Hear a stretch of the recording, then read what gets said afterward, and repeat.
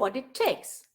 So if you want to be your own boss, you could ask yourself, do you have what it takes? This covers a whole host of questions. I can come up with 6 off the top of my head. Number 1, of course, has to do with money, finance. First off, do you have dependents? If you have a spouse and children, particularly children, that's a big problem in the sense that it's very hard to start a business when you have to worry about income to feed your family. If your spouse is working, that helps a lot because it takes the pressure off how to live while you're trying to get the business off the ground. If you have children to feed and you don't have a working wife, I think you have no choice but to set up your business part-time first. I can guarantee you for a fact that getting a business off the ground takes 2 or 3 times as long as you think it would and costs more than you think it would. So you should, if you have moms to feed, do it part-time, and also you need to test your market. You may think what product or service you have will sell. Doesn't mean it will really do so. So you need to test the market on a part-time basis while you're still working to feed your family. So the first question in your self-evaluation of whether or not you should start a business is finance. Once you've answered that question, the next question is drive. How driven are you? Are you tenacious? Are you the type like me who says, never say die, come what may? If somebody tell me, no, Margaret, it cannot be done, it's just too hard, I'll say, why not? And I think about it creatively, all kinds of ways to get around the problem. I don't just accept what people tell me. Are you that type? If you're tenacious and you don't take no for an answer, then you have the drive. Third is focus.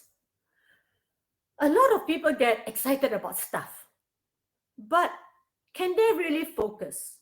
If you're starting a new business, you are likely to require 10, 12 hours a day for several months during your startup phase, depending on the complexity of the product or service you're offering. So a very good question to ask yourself is, how's your focus? Next, just as important, is support. What is the support system? Here, let me assure you, it is crucial that you have family support or spousal support if you're married. Even if your spouse cannot actually help you in the operation of the business you're starting, you must have the support because you are going to take time and money away from the family. So can your wife or husband understand that and be supportive of your endeavor?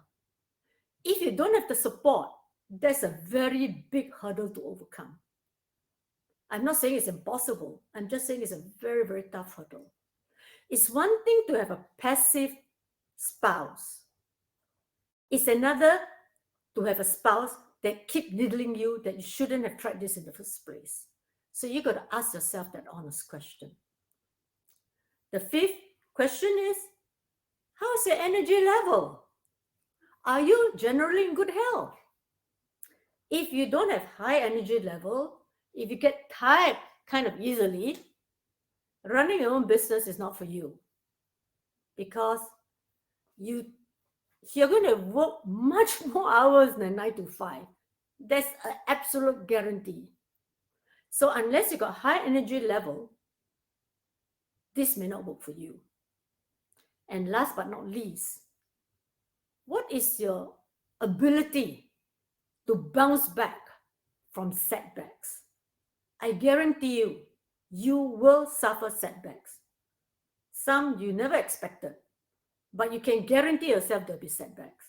So you got to ask yourself, can you bounce back quick enough to just plow through whatever the setbacks it is that is going to come your way as you try to set up your own business?